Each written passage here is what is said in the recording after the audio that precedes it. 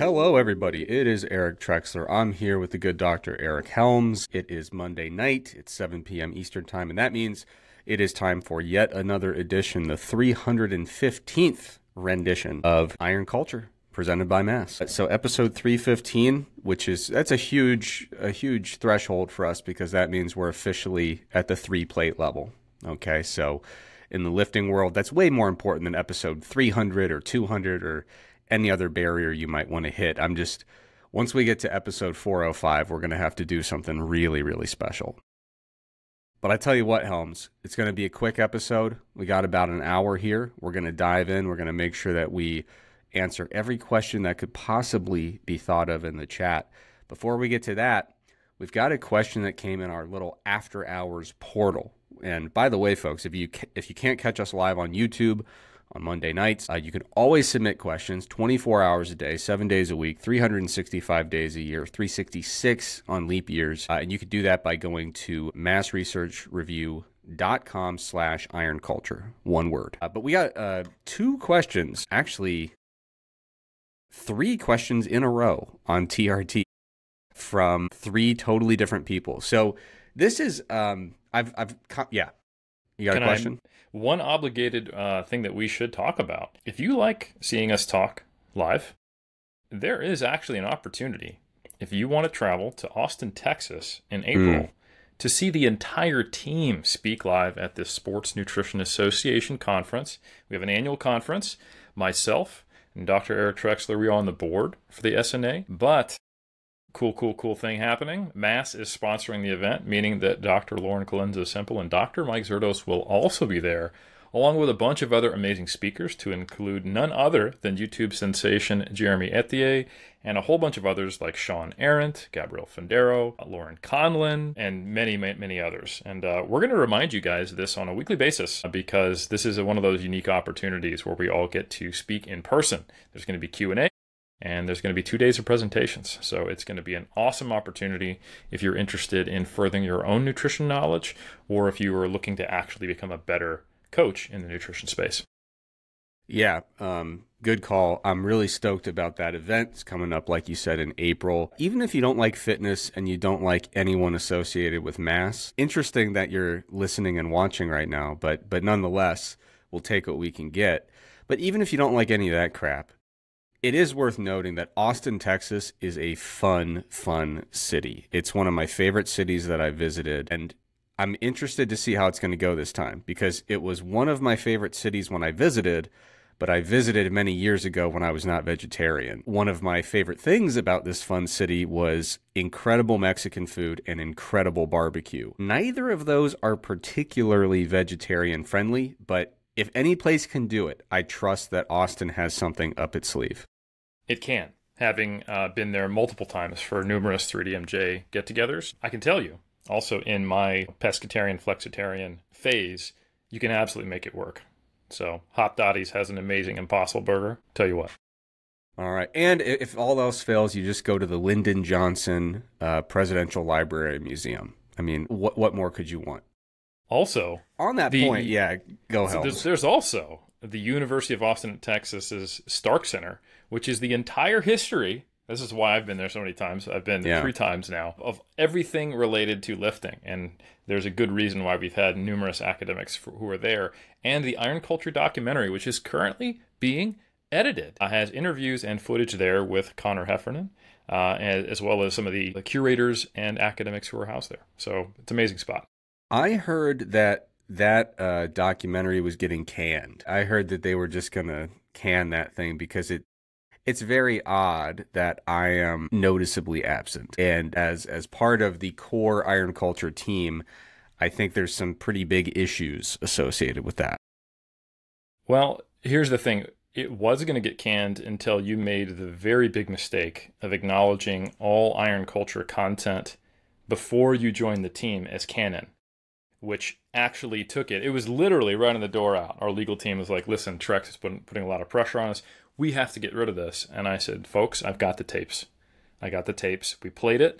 And they said, you know what? We're not sure that this strictly applies to non-podcast content. He was explicit Or was he? Because he said iron culture, but he didn't say necessarily iron culture podcast. So we took the liberty of applying that to mean all footage of the documentary, which did occur before you came on. And we are now good to go. It'd be really interesting if you just released an audio-only version of this documentary. I don't know if it would quite hit the same note, but it would certainly put you in a better legal position. All right, Helms. Yes, that event is going to be awesome. We will remind people regularly. Hopefully people will come out and see us. But Helms, like I said, we got a question in the after hours portal. Actually, we got 3 questions all about TRT from 3 different people.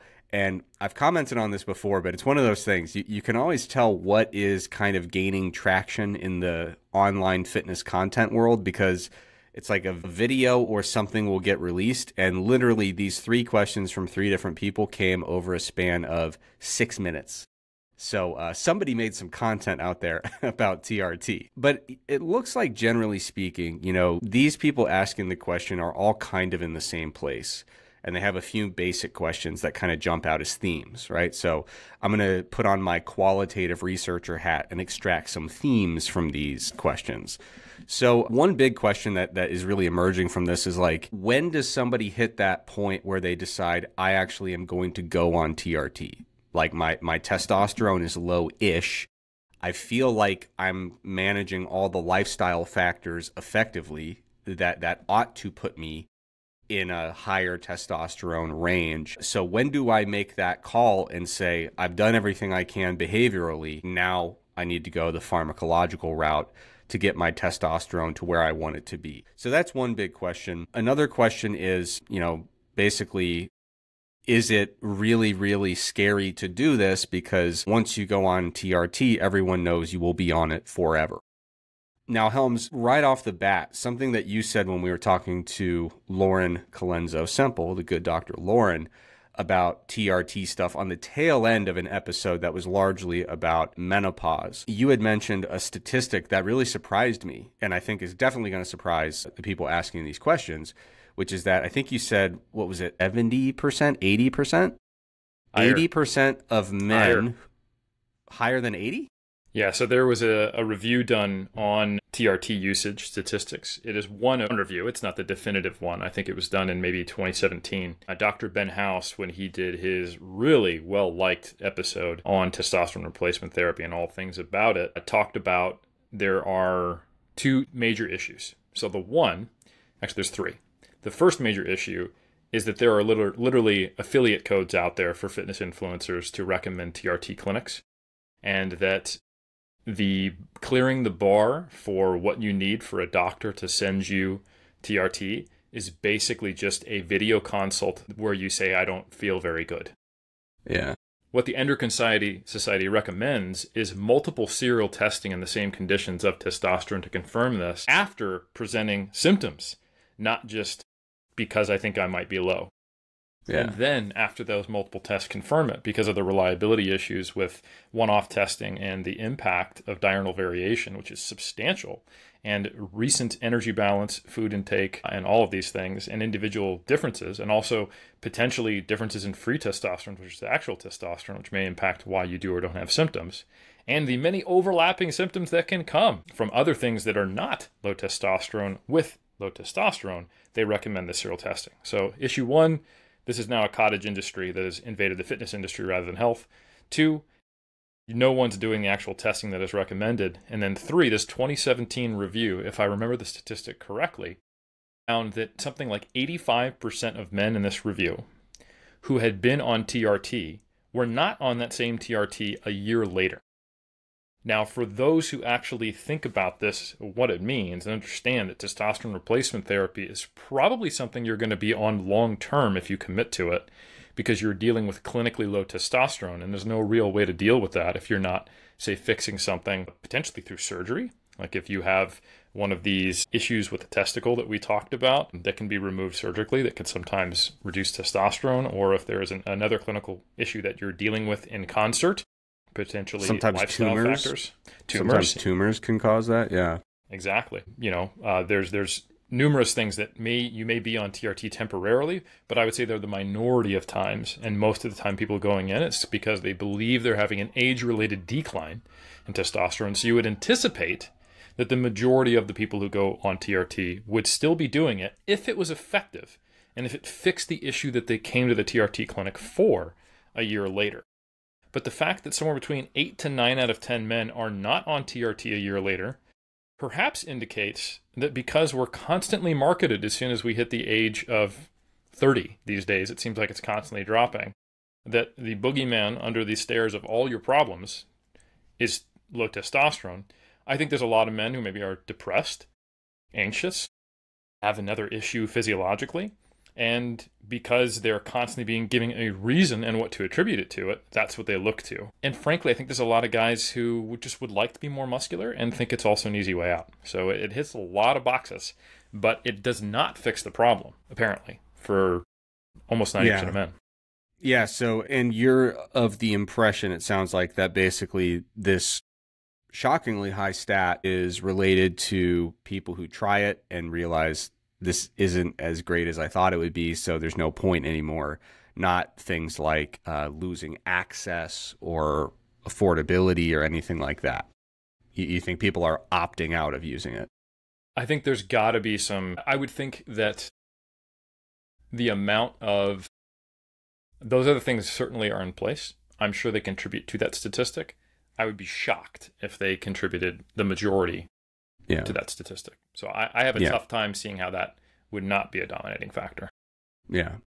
Yeah, so really interesting, and I think you're definitely correct. I think there's a lot of people who, there's a lot of marketing right now about that kind of convinces you, hey, you should go check your testosterone if you have any of these quote unquote symptoms that basically just represent like living in the modern world.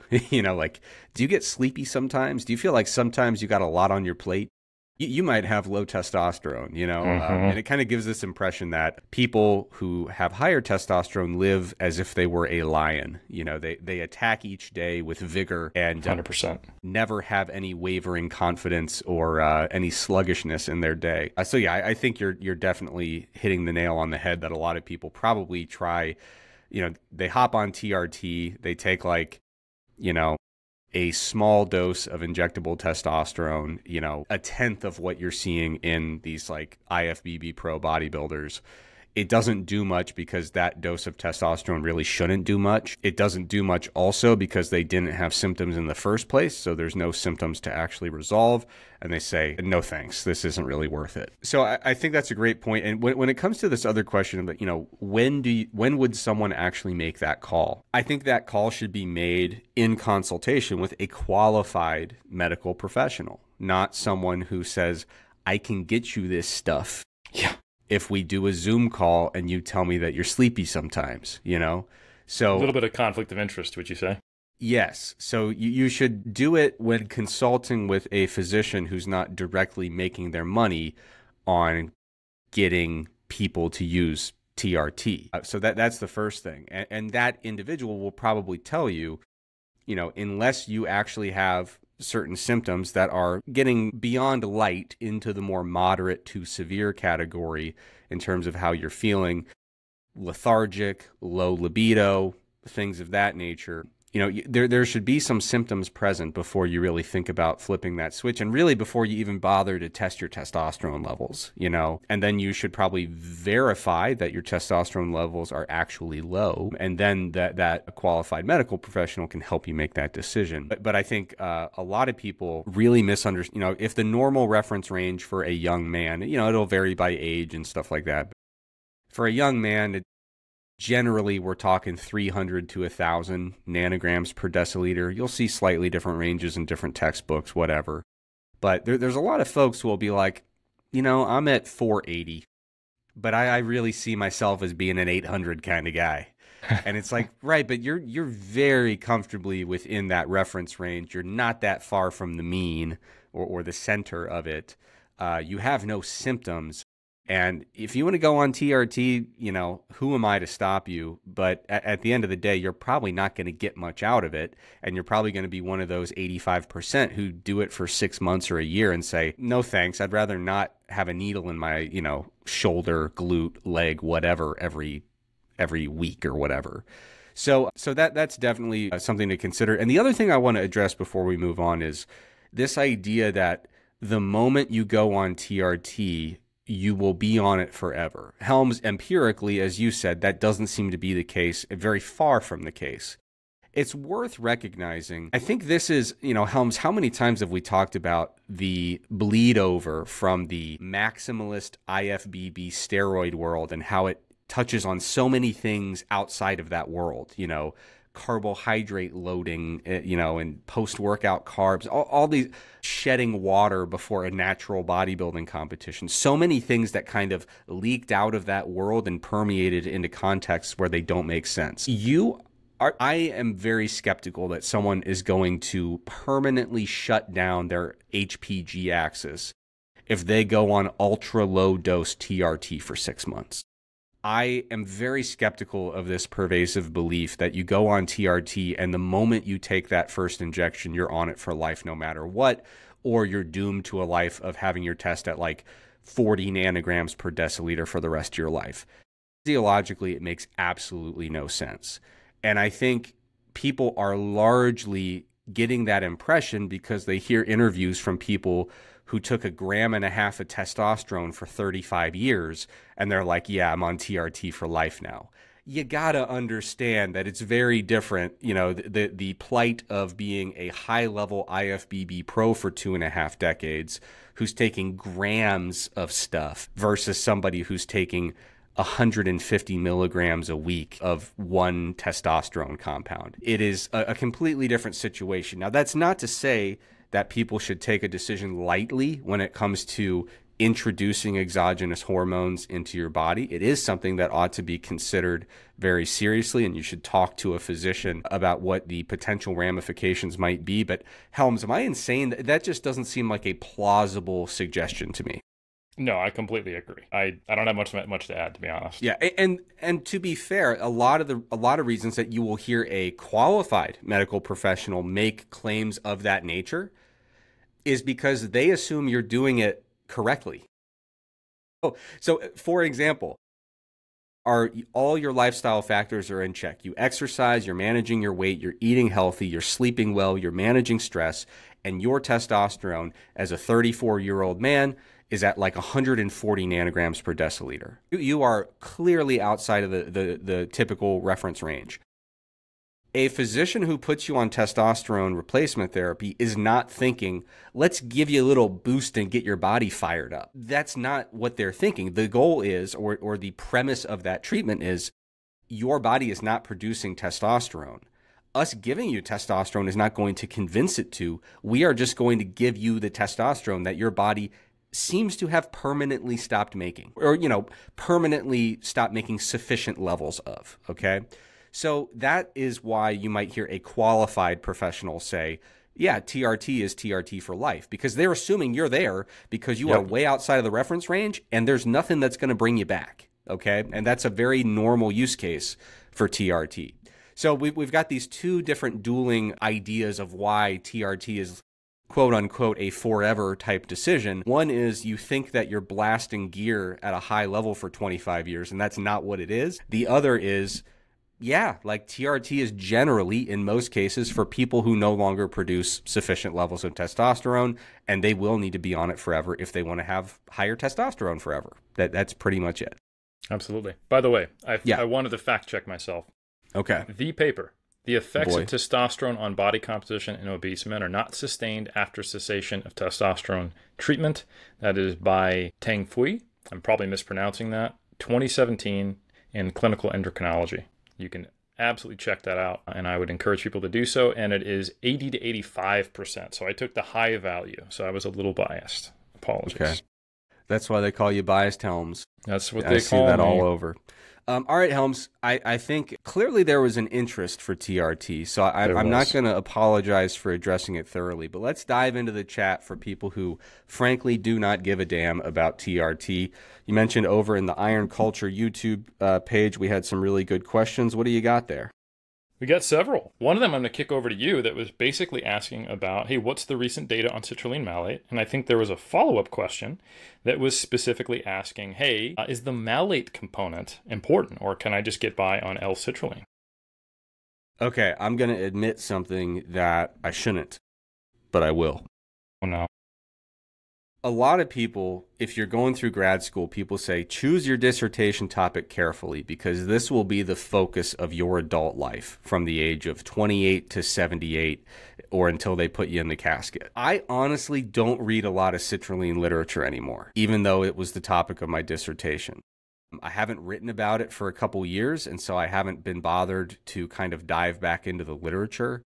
And we were kind of getting to what I would consider a pretty steady state with the literature of pretty much seeing what we were seeing from citrulline. And my view on citrulline from the last time I dug in, which was a couple years ago, I basically stopped writing about it en masse because every article was the same thing. It was like, yeah, it looks like this has a trivial to small effect size, and sometimes it doesn't work, but more often than not, it has an effect size of around 0.2-ish or a little higher.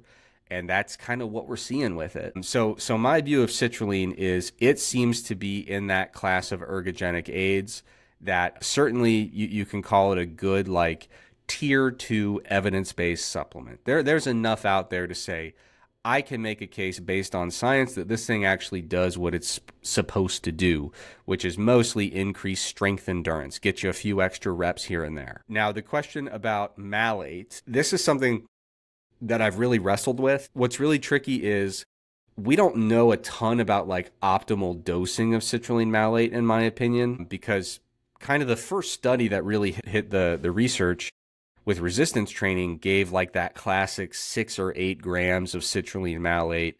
Who knows if it was a 1-to-1 or 2-to-1 ratio of citrulline to malate? No one seems to report that, which is a major issue. And then even the people who do report it, it's typically not true if you actually independently test the samples themselves. So basically, we got into this rut where all the citrulline literature used the same dose, roughly 6 to 8 grams, and they all used citrulline malate because that's just what had been done.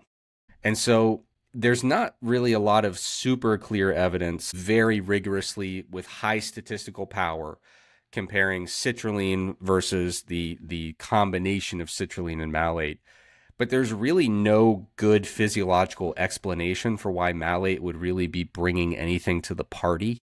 And for that reason, I'm pretty skeptical that malate's doing anything. And we do have studies where citrulline alone seems to improve a variety of different types of performance. Yeah, I think the malate honestly is just along for the ride. One nice thing about it is it does contribute to the nice flavor of citrulline malate. It gives it that really nice citrusy kind of tang. And what's really great about that is you mix it with something sweet and you get this really lovely, like, I have a buddy who's a dietitian, and he would actually mix citrulline into his like flavored water throughout the day just because he liked it. It had nothing to do with the performance effects. So yeah, that's kind of still where I'm at with citrulline. Is it seems to have a very modest effect, which may be valuable to you based on your goals and the type of training you do. And whether you go citrulline or citrulline malate, in my opinion, it doesn't seem to matter. Great answer. And yeah, I think one of the things I would really like to see in this area is more long-term research. This is a consistent thing. It's just so logistically feasible to do short-term effect studies on supplements to see how they impact resistance training performance. But I would really love to see whether that eventuates into lean body mass gains, which, believe it or not, there's like 1 or 2 studies on caffeine, a bunch on creatine, and almost nothing besides that, at least in the realm of where we have a compound that we think is actually potentially beneficial. So citrulline malate, beta-alanine, I would like to see for both of them. It's actually a little bit on beta, but... Yeah, the nice thing with beta-alanine is that everyone generally agrees that you have to take it for weeks. So most of the studies do at least give you that, that kind of timeline. But yeah, I will say 3 areas where I'd love to see the supplement research expand. You nailed it. We definitely need longer term stuff with citrulline. That was actually part of my dissertation plan originally, but the timeline got truncated and we had to cut the training study, which, darn it. I wish I could have spent my whole life in the gym for 6 months. But yeah, so we snipped that to make it a little more feasible. But because my timeline for graduation got truncated a little bit. But we definitely need to see that. I'd really like to see more of this stuff with beta-alanine alternatives for acute use. So, different carnosine-related compounds. I think they mix carnosine and anserine together, which is naturally a combination you'll find in chicken broth. And there's been some research to suggest that basically you can saturate the carnosinase enzyme that normally makes carnosine supplementation acutely worthless. And so it's basically like a short-acting alternative to beta-alanine, which makes a lot more sense in a pre-workout formula, which is the most common place people get their beta-alanine. So I'd really like to see more of that stuff. There's only really one lab I've seen that's been doing it. I think that, like I said, is just a much more intuitive path for these really popular pre-workout formulas. And another thing I'd like to see is some longer-term research on betaine for hypertrophy. Jason Kaliva's done a little bit, and nobody's really picked up the ball from where he left it. And so I'd like to see people get more into that. The only reason I'm so intrigued by it is because there's little hints in the literature that it might do something, specifically in terms of hypertrophy. And more importantly, there are multiple species of livestock where farmers supplement feed with betaine. And of course, livestock animals are different than humans. I'm not suggesting that it will necessarily translate, but there's not that much stuff that you can just put in the feed of livestock and make them much more muscular and leaner. And that seems to be what betaine does. And when you are dealing with an industrial-sized farm, you don't do the 19-year-old fitness enthusiast thing and say, I'll throw this supplement in, I'll throw that supplement in. We're talking about very, very substantial costs when you're feeding 400 cattle and 600 pigs or whatever your farm size is. So the fact that people keep making that investment and really believe that it's dramatically impacting meat yield to the extent that it's worth that large investment, I think that's something worth considering personally. Farmers don't mess around with their feed. Like, they are really, the impression I get is that they have to be very, very shrewd with exactly what the expenditure is on the feed, because it is such a huge compounding cost when you consider the size of a lot of these, the scale of this farming. So yeah, I don't think people flippantly will just sprinkle in a moderately expensive supplement. No, I would also like to see more research on betaine. I took it for a while to experiment with it a couple of years back. Like almost all supplements, I don't think it was a large enough effect for me to notice anything.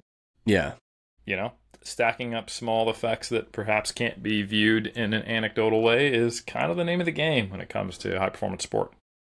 Yeah. And also, I want to be clear. I'm not saying I'm certain it's going to work and I'm just waiting for someone to give me the evidence. I don't know if it's going to work, but I think it's intriguing enough to bother with, when you, especially like, it's worth there's testing. So many supplement trials happening that we don't need. Like, somebody do the betaine study. For sure. 100%. Yeah. All right. What else do we have in the iron culture chat? We got one that I think I can tackle. How do you quantify volume of time-saving techniques like myoreps and rest pause sets? I've seen Helms mention that drop sets equal about 75% of straight sets. Do you believe it might be similar? This is from CW. Great question. And I think the main thing to remember is that there is a distinction that is pretty important between drop sets and rest pause. Is that when you're doing drop sets, and there's actually two meta-analyses on these that are almost identical. They were kind of done at the same time by two different groups, and they came to similar conclusions, which is a good sign. They're not on a tremendous number of studies, but I want to say it's maybe 6 or 7. And they both found that you could get similar outcomes in terms of hypertrophy from doing drop sets compared to straight sets. But the important thing is that if you look at the total number of straight sets that are performed in these groups compared to the total number of drop sets plus that initial sets, you're doing more work, or more sets, I should say, to get to the same place with drop sets. Because you're basically just doing an extended set. So you are seeing force production fall off, which means the tension level is lower, and you're kind of doing a past fatigue approach. So the per set stimulus is lower, but what you're losing, you're gaining in time efficiency so long as you can handle that fatigue. Because if you were to do 1 set, then 3 drops, and that's roughly equivalent to 4 sets if you kind of look at the comparison in these metas, it just takes you basically 2 seconds to put the selectorized machine or swap out the dumbbells you're using, and then you're going for 30 seconds and then 20, 20, 20. So you can get 1 to 2 minutes to get the equivalent of 3 straight sets, which is going to take you, just with rest periods, 4 minutes. So it's a 50% or more time saving, right? Cutting your workout time in half. Rest pause is fundamentally different. What you're doing is you're not reducing load and you're resting until you then do more reps. So typically there's a initial activation set. With myo reps, you typically stop short of failure. With rest pause in the literature, you're hitting failure, and that's not the way you have to do it. And you're resting 20 or 30 seconds. It's just what's done in the research. Think about it. If you were to do, say, 3x10 versus a set of 10, and then rest pauses until you got an additional 20 reps at the same load, and this was all to failure in both conditions.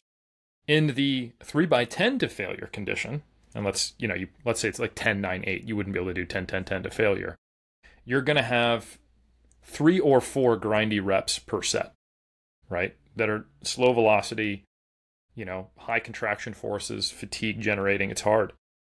When you do the rest pause, there's that initial set, and then everything after that is extremely challenging. So you're going to end up getting 4 or 5 times as many total reps that are at a slow velocity, generating fatigue and quite hard. So it is probably true that you don't need to do as many total reps when you're doing a rest pause scheme to get to a similar outcome as you would with straight sets. But I have not seen any effective way to quantify what that is yet. And most of the time what people do is they use rest pause to equal the same volume, but that actually increases the stimulus and fatigue. So just be aware of that. Yeah, you could probably do less total reps. How much? Don't know. And that if you match reps, you will probably get more fatigue and maybe a greater stimulus, but that has not been well quantified. So when it comes to time-saving techniques, I tend to favor drop sets as well as antagonist paired sets and peripheral paired sets, because that way it's a little easier to compare like to like. Good stuff, Helms. We got a couple in the Mass Channels live chat that I think are right up your alley. So one of them that comes to mind, I didn't know this, but someone said that apparently, Helms, you struggled with a bit of tendinopathy. Is this accurate? Is this true? In the past, yeah. At times I've had a little bit of tennis elbow. Okay. Or wait, is it golfer's? Golfer's elbow is the inside, tennis elbow is the outside, right? Yeah, because tennis elbow's from the backhand. Yeah, I do neither, but I have actually had both. Okay. So yeah, you've struggled with tendinopathy. So what would you say are your best tips or most effective plan of action to kind of work around any nagging tendinopathy issues? The first thing is to be proactive. A mistake that I made in my earlier training years was that I could train around it, so I just kept training around it. And what I do now is as soon as it starts to pop up, I think about how to modify any and everything that seems to exacerbate it. So some of the key... Have you tried not letting it pop up? Like just mentally thinking like I don't have tendinopathy? To be honest, right now I'm doing the highest volume of arm work that I ever have, and it's consistently staying at a very manageable level that has not required me to do things. Nice. And I attribute that to my belief.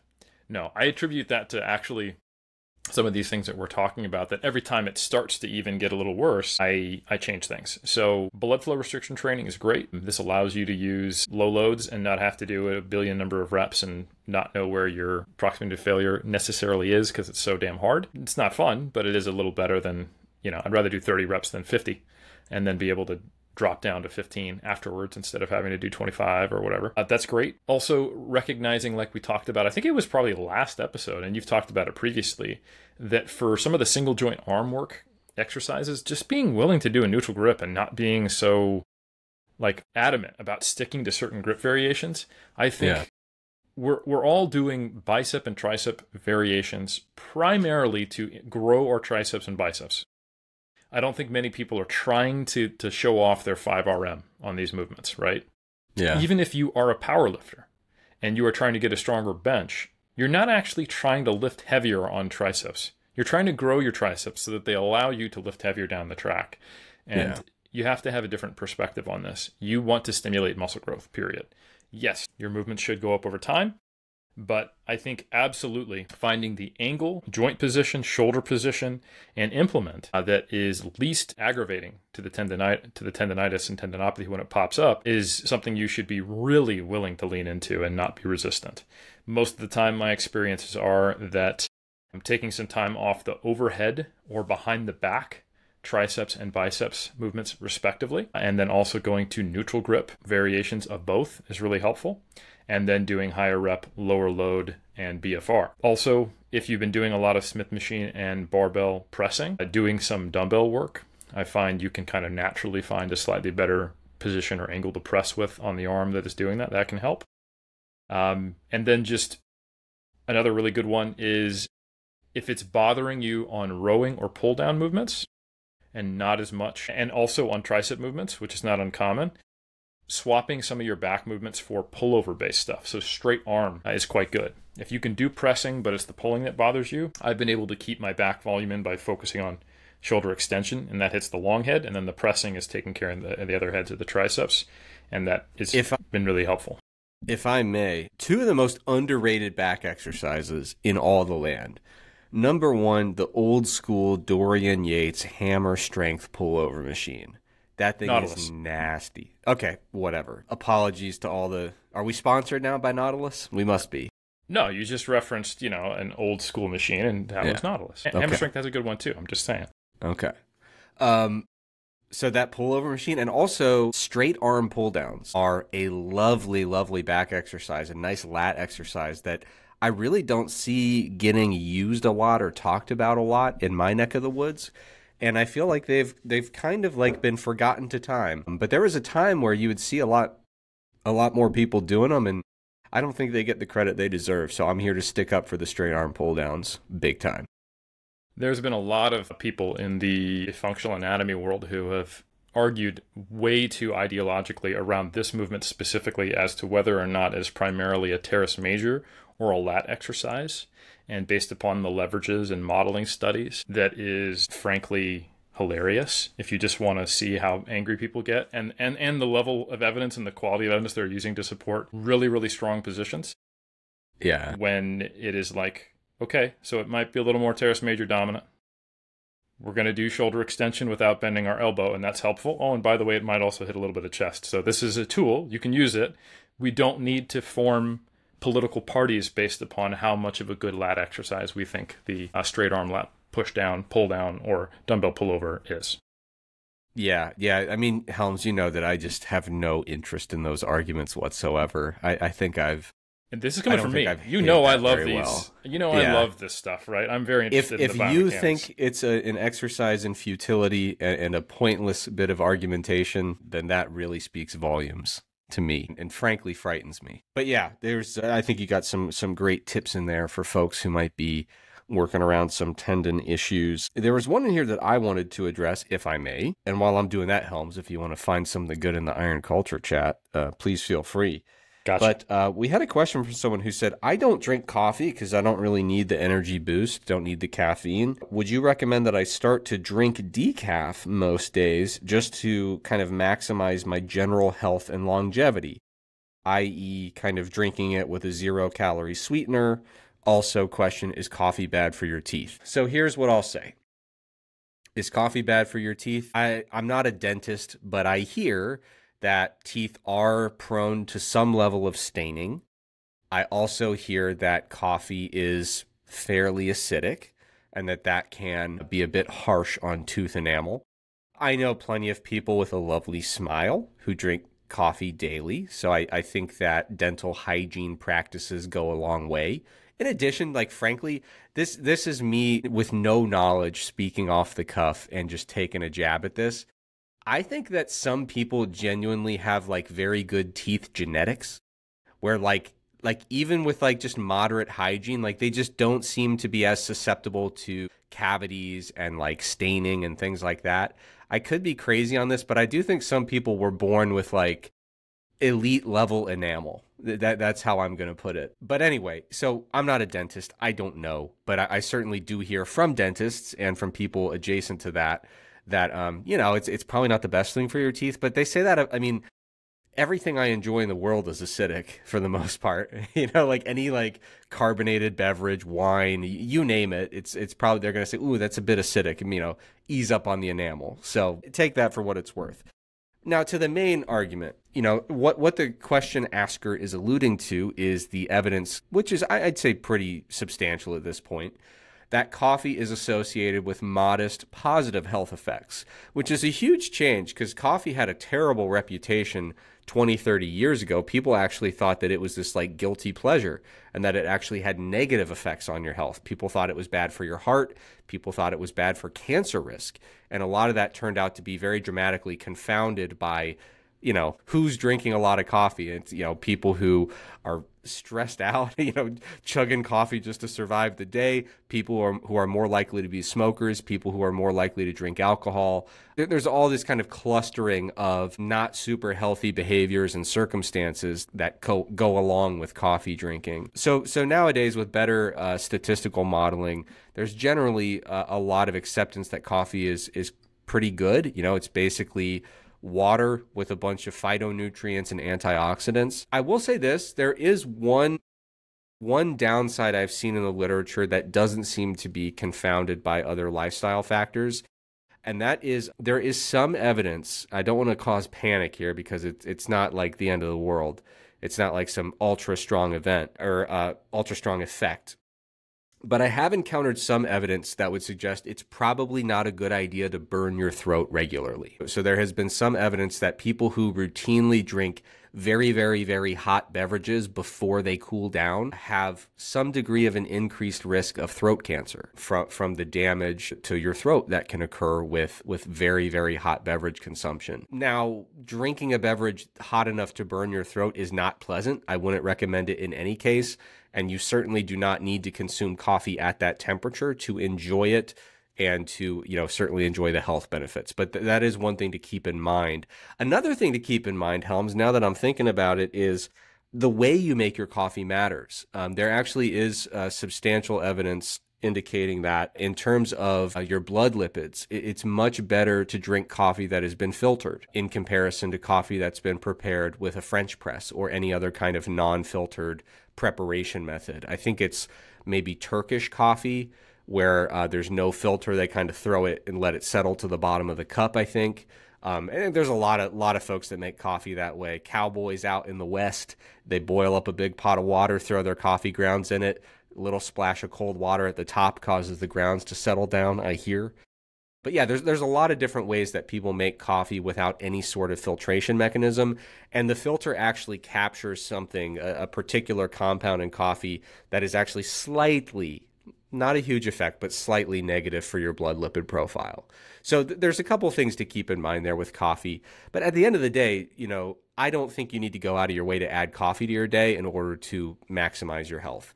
There are so many different, honestly, eat a vegetable. You're on equal footing. There are so many different ways to say, I want to go seek out some diverse phytonutrients into my diet, some antioxidants. You don't need to go with coffee. You don't necessarily need to go with tea. Either of them would be fairly similar in terms of what you're getting out of the equation there. But yeah, really just as long as you're eating a diet that has plenty of fruits and vegetables, then I doubt you're going to see an appreciable impact of saying, well, now that I've got those extra 5 ounces of decaf every day, now my body's really cooking. So it's certainly nothing that you would have to feel like it's a guilty pleasure if you enjoy it, but I don't think you need to go out of your way to drink coffee in order to support your health. Anything to add to that, Helms? Any skepticism about the claims I threw at you? No, I was tempted to maybe talk about the timing of the day with related to health, but I think people know that you probably shouldn't drink large, copious amounts of coffee before bed, even if it feels like I can go to bed right after that, because it does mess with sleep architecture, and we've said it a billion times. So I will just say that I'm not going to say it, and by doing that, say it a little bit. Yeah, and the question was specifically about decaf coffee, so that's why I didn't go into that tangent, and also because it is, if you've been awake and generally listening to mass content in the background, we've railed against late night caffeine consumption plenty. All right, Helms, what do you got in the Iron Culture chat? I got a quick one, and then I got maybe one I'll kick over to you, or that we can both tackle. Question from Kim Culver. Can hip flexion training adequately substitute for pure knee extension for rectus femoris hypertrophy?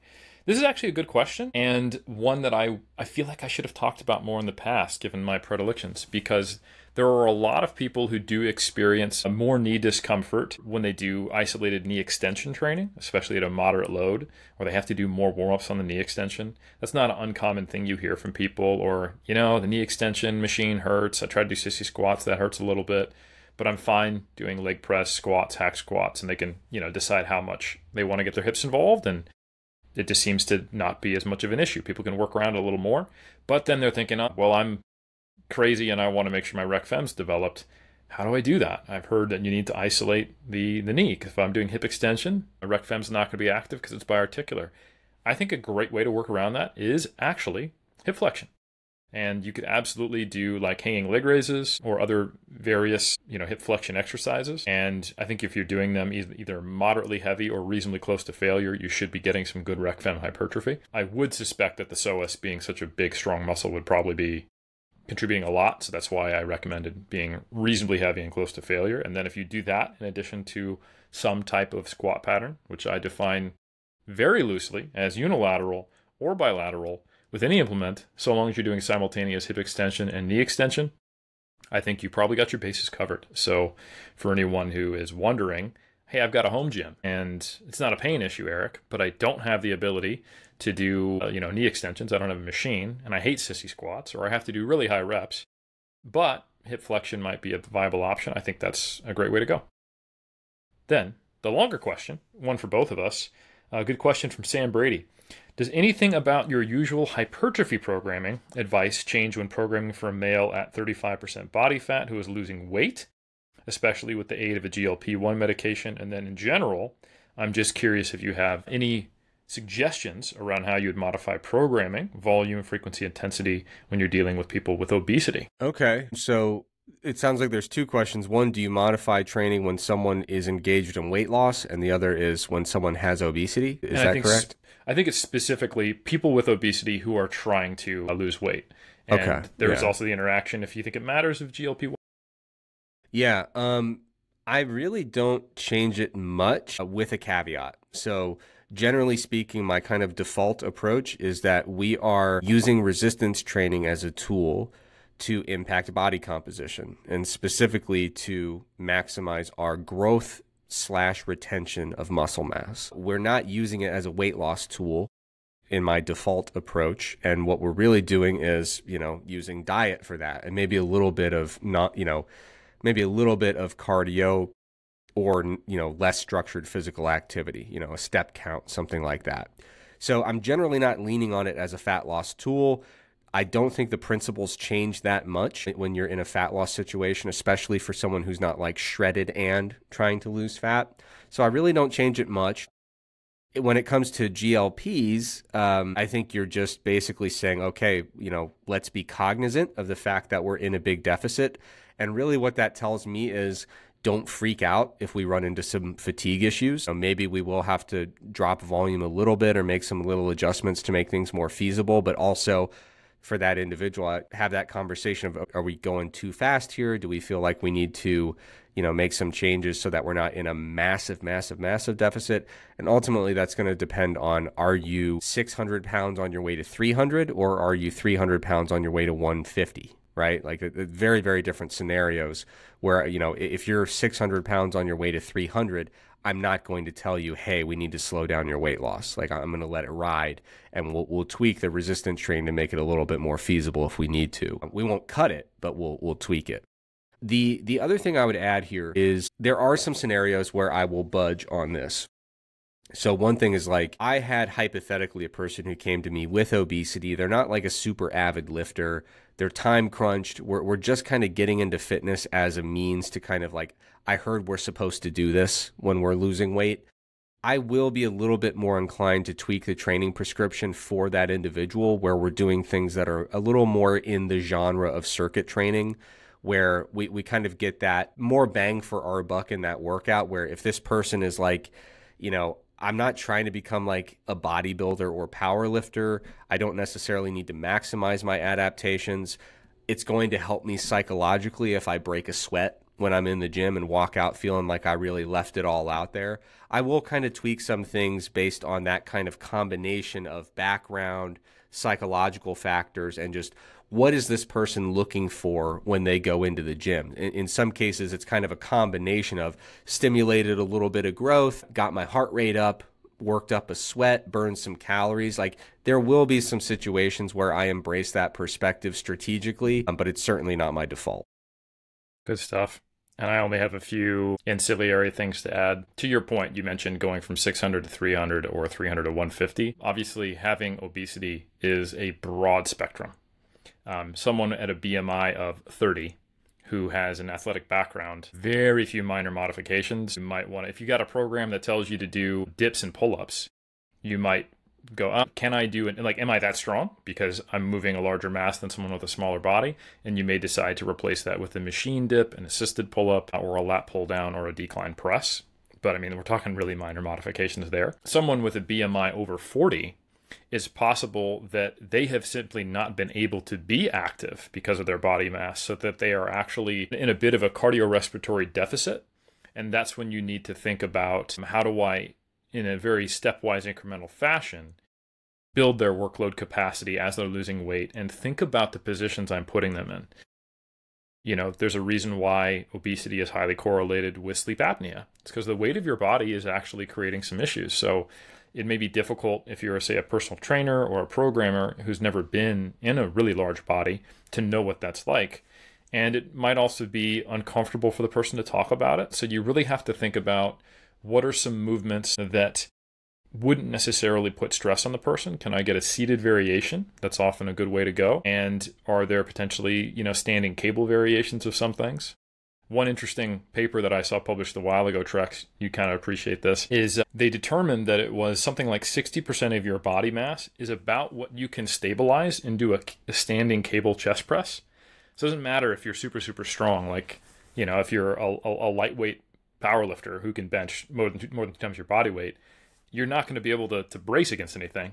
But if you have someone who is pretty heavy and laying on their back with barbell or dumbbell in their hands is not an appropriate thing at this stage, what they can do is do a lot of standing cable work. And I did a lot of standing cable presses when I worked with a few of my clients back when I was a personal trainer with obesity. And that was a great variation because they had the advantage of being a relatively large person. So as they got stronger, they could keep pressing, and then they could transition to some of these more quote unquote traditional movements that are associated with strength and hypertrophy training. All right, man. Good stuff. I got a question for you, if I can jump to the front of the line here. We had a question, is there any specific way to improve training intensity, such as, like one might do with work capacity, beyond the simple suggestion to just try harder? So I think, Helms, I don't want to steal your thunder because I think this is more of a Helms question than a me question, but I think certainly the first thing we'll have to kind of operationally define is what do we mean by intensity, right? Because in the literature, intensity is usually discussed as kind of a percentage of maximal load. At least that's how we typically see it. So, when someone says we're going to increase the intensity of your workouts, they would say, instead of using 70% of your 1RM, we're going to bump that to 85% of your 1RM, right? So in that case, the key to increasing the intensity of your workouts is to do it. Throw a couple, 2.5s or 5s or 10s on the side, right? But I get the impression that this individual is talking about something very, very different entirely. But how do you interpret this question? Yeah, it was basically the literal words that you said? I'll give you a verbatim. Any specific way to improve training intensity like one might do with work capacity beyond try harder? Just a question I've been pondering. Yeah, I would say the important thing is defining it here. And there are basically in resistance training, I never use the term intensity. I will specifically say proximity to failure, concentric velocity, or I will say, like you said, load. Which we can express as an RM or a percentage of 1RM. So if we are referring to proximity to failure, which they could be, some of the ways to train closer to failure and do that in a measured way and increase your tolerance to it would be to first get some accurate assessment of how close to failure you are. The things I would recommend is film yourself, rate your RPE or RIR before you look at the video, and then look at the video. You will find that the video will probably help you calibrate it, kind of that observer effect. And you can even send it to someone you know who is a more experienced lifter, who's a little more objective, but who's not just like your big up bro who's like, oh, you always got one more, to get some feedback, or with a workout partner. That's great. And also, I think it's important to know that everyone has a different pain tolerance level. Everyone has a different emotional response to being close to failure, and this varies by exercise. Having done a lot of research on RPE with trained individuals, I can tell you that the number of times that people overshoot and undershoot their RPE differs on the bench and the squat. If you give people a 7 to 9 RPE, which is a 1 to 3 RIR range on bench press and squat, and you take a group of well-trained men, you're going to get almost nobody hitting an accidental failed rep on squats, and it will absolutely happen on bench press. And this is for two reasons. One, it doesn't hurt as much. Two, you're just not as emotionally tied as a male in our current culture to how much you bench, bro. I got one more. So, and there's just less total muscle mass that's going to create fatigue when you're doing it on a bench press versus a squat. So the things that can really help you train at a quote unquote higher intensity or closer proximity to failure is use some machines for a while. Machine training, there's less opportunity for oopsies, getting out of the groove and dropping it on yourself. If you fail on a machine, you won't get hurt, so long as the stoppers are in the right spot for a leg press or a Smith machine. But plate-loaded and selectorized machines, very safe way to actually train to failure. And if you find that training to failure is really exhausting, that hint of work capacity is making me think of this. If you're currently not training to failure very much, or relatively far from it, and you want to give it a shot, try doing 3/4 of the current volume that you're doing, and then actually take, maybe to start, your last set on every exercise to failure, and switching to machines, or make sure you have a spotter, or as close to it as you feel comfortable going, and then work towards that over time. And I think a block of actually training to failure, actually failing reps, you start to realize it's not quite of a big deal as you think it is. And if the target is not a given number of reps at a given load, it's go until I can't. To the degree that you feel comfortable doing that, you'll probably feel safer doing that on machines and with spotters. And I think that's an incredibly valuable experience. One thing I've reflected on many times, Trex, is that there are people who are coming up in the modern era, and I guess this is a sign of success for some of the work I've done, who the first time they start training, one of their variables that they prescribe is RIR or RPE. That was not a thing back in the day, and especially in the world of bodybuilding, you were assumed to be taking a lot of your sets to failure, and in some paradigms, all of them. I remember specifically having a conversation with my first workout partner. We were both in the military. He was Army, I was Air Force, and we would have to get deployed at different times and go away or, go home for vacation. And we were like, well, you're home for vacation. I guess I can't get an effective workout because I can't do forced reps. So for my first 5-6 months of training, failure was on the way to where I eventually got, where I did 2 or 3 forced reps and couldn't physically move anymore. And that anchored my experience. And then I got into powerlifting. So for me, it was like, how do people not know, like, when they've got 1 left in the tank or 2 left in the tank? And then I did a whole PhD on the topic. So now it's something I'm super, super familiar with. But I think if you have never actually pushed to failure and you start with the assumption that a lot of your work will be submaximal, 1 or 2 reps in the tank, it's probably more likely that you're always training at maybe 3 to 4 reps in the tank. And when you think you're close to failure, which a lot of people have kind of redefined as a 10 RPE or a 0 RIR, which is not failure. That's the rep before failure, right? Yeah. I think some people are just actually not getting that experience. And a really important thing for making RPE more reliable in a science-based setting is what's called anchoring.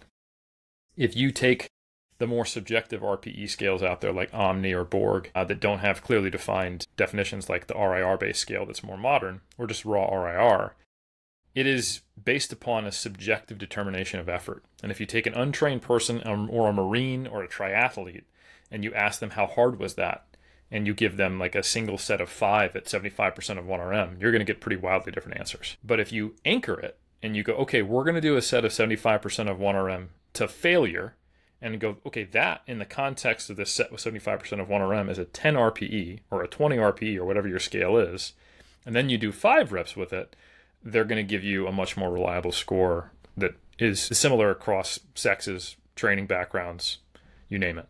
So I think to get that quote unquote anchoring for yourself, it's probably a good idea to go through a phase of training closer to failure. And you can do that with some of these tools like using machines, spotters, video, and dropping your volume to accommodate that higher training stress. I wish I could take your answer seriously, but there's a major flaw, a major oversight. You just answered, you went on and on flapping your gums about intensity, and you did not mention the old training videos with Branch Warren and Johnny Jackson. So would you like to apologize or revise your answer? And another additional thing you can do on top of that is if you did not hit failure, but you want to appear to or feel or convince yourself that you trained intensely, scream. There are a few options. It can be completely not understandable. It can be something to indicate that despite how hard it might have been, it was nothing but a peanut. You can also just say that it's lightweight, regardless of the load on the bar. And I would also encourage you to take the dumbbells especially, and just kind of throw them on the ground after you're done. Yeah. That will assuming always you don't own intensity. them. Yeah. It's got to be someone else's dumbbells. Correct. Because that will definitely increase the intensity if that person sees it and they're physically in the gym with you. Yeah. I tell you what, man, you could get into all this dumb science stuff all you like, but and I'm not being facetious. There was something special about watching those training videos back in the day. You know, Branch Warren, Johnny Jackson, Ronnie Coleman. They were just something, man. And I think there's the caveat you always got to throw out there is like, yes, embrace evidence, embrace science, use it to your advantage. But you don't have to turn your back on the good old days. Like those videos to me still are just, it's like, are they doing everything perfectly? No. But that is unadulterated passion for training. And throw Dorian Yates in there. You got to throw him in there. Blood and guts, etc. Find old clips of Tom Platz. That maniac. That man is completely out of his mind in the best way possible. The way I see science treks to take your facetious comment and make it serious. No, I'm being dead serious. That like I am actually too. Good. Yeah. Okay. No, I mean it. Like I think here's what I'm politely pushing back against is the people who do everything right on paper, but have no idea that they are dramatically holding back effort in the gym and nowhere close to training as hard as they think they are. And they'll sit there and they'll train for 5 years and make very minimal progress and be like, well, I did everything right. I guess I have terrible genetics. And it's like, honestly, lock yourself in the room and go nuts for 50 minutes and see if that works, because it might. I think science for the type of like nuanced hypertrophy training is best contextualized as a conduit to focus insane energy. Like if you were actually curious about whether or not hip flexion is useful for rectus femoris hypertrophy, you should only be asking this question if you were hell-bent on growing every single muscle in your body. So when I hear that, I automatically relate to that person. But if you are hell-bent on growing every single muscle in your body, and sometimes you're accidentally hitting a 5 RIR when you're supposed to be at a 1 RIR, you are not hell-bent on growing every single muscle in your body. And that needs to be fixed before everything else, for sure. Yeah. No, I know people will. It's easy to kind of straw man what I just said and be like, oh, so you're not into training like a smart person. No, I am, but I also, most of the people I know who are really into very thoughtful evidence-based training got into lifting way before they got into science and just trained like a maniac for 3 years, and frankly didn't do anything particularly well. But did put a lot of effort in and fell in love with lifting and spent a lot of time on it and ate a lot, and they all grew a ton. They made quantifiably their best gains doing that, and it was only once they realized, oh, that's only going to get me so far, that they then said, okay, in order for me to channel this enthusiasm and energy, it has to be more than beating the crap out of myself 6 days a week. Now we have to start getting smarter about this and channel that energy and enthusiasm towards something productive and thoughtful. So I just think too many people are kind of, inverting the order, and they're like, if I just kind of converge upon the correct evidence-based way to train, which is kind of what like the online groupthink often kind of leads toward, is just like, we know we need to do this much frequency, this many sets, you know, so on and so forth.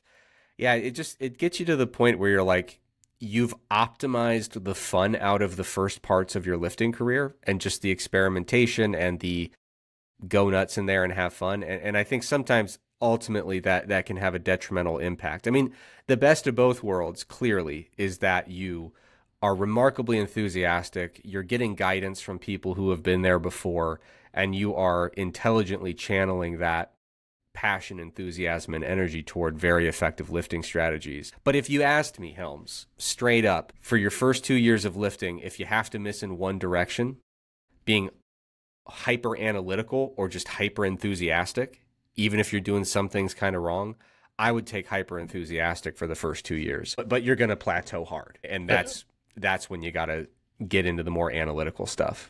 I resemble that. I think ultimately it's apply the same level of enthusiasm to the physical art of lifting, to the pursuit of figuring out how to break through the next plateau. Unless you were just genetically blessed, frankly, you are going to hit plateaus. And if you embrace that curiosity with how do I find a way forward, and you apply the same effort and enthusiasm that you do in the gym intellectually to figuring out a way forward, then you're going to have the best of both worlds.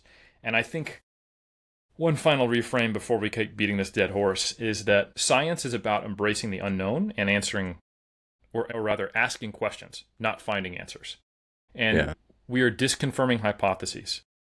Almost all of the statistical models that we use out there chip away at what is wrong rather than clearly and singularly and with finality defining the truth.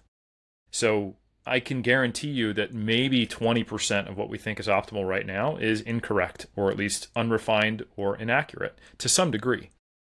So you can perfectly get the best answer of, you know, what Helms or Trex or Zerdos or the entire consensus of experts and research based upon a super chat GPT 18 version that's out there yet right now, and it will perfectly be 80% right. So at best, that means that what is currently evidence-based is good, but not great. And I'm not saying that the athletes are ahead of the science, because they're doing some things that are right and some things that are wrong. So they might have a different 80% right or 70%. But what they all need to do is to apply vociferous and consistent effort and be excited, enthusiastic. And if you're really, again, talking about the kind of questions where it's like, how do I maximize rec fem hypertrophy? Obsessed. I'll say it. And that is one thing that I will say about all the people who have, developed incredible physiques or incredible levels of strength over time, is they have all been obsessed in a positive way, not to the exclusion of life or their values or anything like that. But it has become something that they are hell-bent at achieving. That's, what you actually do and what guidelines you follow is going to change as science evolves, and that's just the name of the game. But the approach you take to exerting, your will through those guidelines should always be tippity-top. Big time. All right, man. I think that does it for this episode. A lovely one. We are officially in the 3-Plate Club with episode 315 in the books. Yes, beautifully pantomiming that big 3-plate bench there. So I do want to say, folks, we love you. We appreciate you. Seriously, coming out every Monday night and joining us is what a privilege to hang out with the crew live. Thank you so much for submitting questions in the live chat. If you want to support, a great way to do it is to join us live and participate. You can also submit those questions in the portal after hours. Make sure that you like, rate, subscribe, review wherever you get this content. Could be on YouTube, could be on one of the podcast platforms. Generally, most people give the highest rating possible. That's typically a 5 stars or a 5 thumbs up wherever you happen to be leaving your reviews. And then, of course, if you really want to support and show some love, you can join the Mass community and become a subscriber to the Mass Research Review. That comes out every single month, reviewing the newest, best, most useful studies in exercise, nutrition, and related topics. The next issue coming out is a doozy. There's some fun articles in there. The ones that I wrote are about what actually is a diet that's compatible with how humans, quote unquote, evolved to eat. I talk a little bit about the new dust up about alcohol, whether or not light alcohol intake is good, bad, or neutral for your health and longevity. Yeah, there's a lot of, I talked about whether or not calorie labeling on menus and, big restaurant boards, whether or not that actually does anything and is actually useful at the individual level and at the public health level. And Helms, do you want to foreshadow your article? Well, yeah, I can't tell you how many questions I've got about why long muscle length bias training research keeps flip-flopping. Oh my God, cable lateral raises didn't outperform dumbbell. Oh my God, deep leg press didn't outperform moderately deep leg press. Is science fake? Is the sky falling? Could be. Am I in the matrix? And should I just completely abandon science because it's clearly lied to me? Why does it flip-flop? And I explain why through a very simple concept that is actually kind of hard to understand called sampling variance. We should anticipate that perhaps even the majority of studies that might have a small effect like this should actually have null findings. And I have to give a massive shout out to you, Dr. Trexler, for helping me actually model this based upon some, I'd say well-informed, but still assumptions about what the data might look like, and showing people how even when you know through, because you've simulated the data set, that there is a true small effect size, when we have our typical sample sizes in exercise science, that we would get a ton of nulls. And even when we do get significant findings, it's not going to accurately represent the effect size. Yeah. Yeah, absolutely. It is an absolute classic of an issue from the whole MASS crew. That's you, me, Dr. Mike Zordos, Dr. Lauren Colenso-Semple. So if you want to support the show, of course, joining the MASS community is a great way to do it. That does it, folks. Hope you have a fantastic night and a fantastic week. We will be back with another episode in exactly 7 days. Take care, everybody.